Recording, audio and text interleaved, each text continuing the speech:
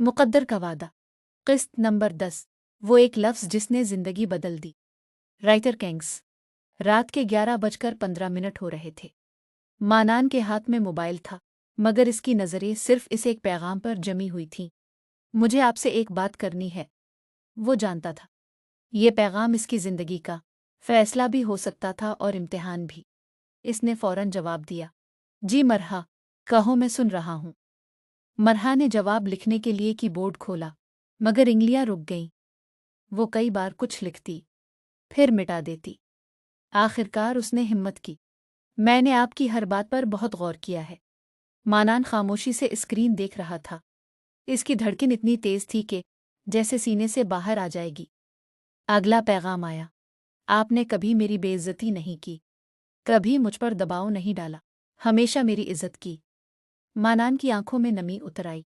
इसने आज तक सिर्फ एक ही दुआ मांगी थी, और शायद वो दुआ कबूल होने वाली थी। मरहा ने लिखा, मुझे मोहब्बत का मतलब ज़्यादा नहीं मालूम। कुछ लम्हे बाद दूसरा पैगाम आया, लेकिन मुझे आप पर भरोसा है।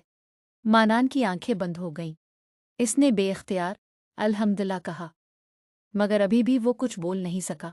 फिर मरहा का आखिरी पैगाम आया, अगर मेरे अम्मी अबू राज़ी होंगे तो मुझे भी ये रिश्ता कबूल है। बस ये एक जुमला मानान की बरसों की दुआओं का जवाब था। इसने फ़ौरन सजदाए शुक्र अदा किया। सजदे से उठने के बाद मानान ने बहुत सोच समझकर जवाब लिखा, मरहा, आज तुमने मुझे दुनिया की सबसे बड़ी खुशी दी है, लेकिन एक वादा करता हूँ, मैं कभी तुम्हें घरवालों के खिलाफ नहीं करूँगा। अगर हमारे नसीब में एक होना लिखा है तो हम अपने बड़ों की रज़ा से ही एक होंगे। मरहा ने जवाब दिया, मैं भी यही चाहती हूँ। मुझे छपकर कोई गलत काम नहीं करना। मानान मुस्करा दिया।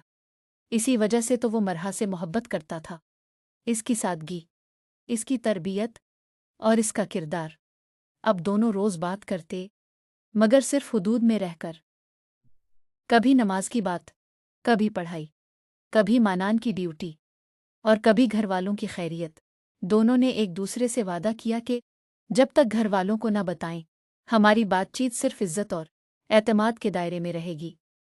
दिन गुजरते गए, मोहब्बत भी बढ़ती गई और यकीन भी, मगर उन्हें खबर नहीं थी कि इनकी खुशियों पर किसी की नज़र लग चुकी थी।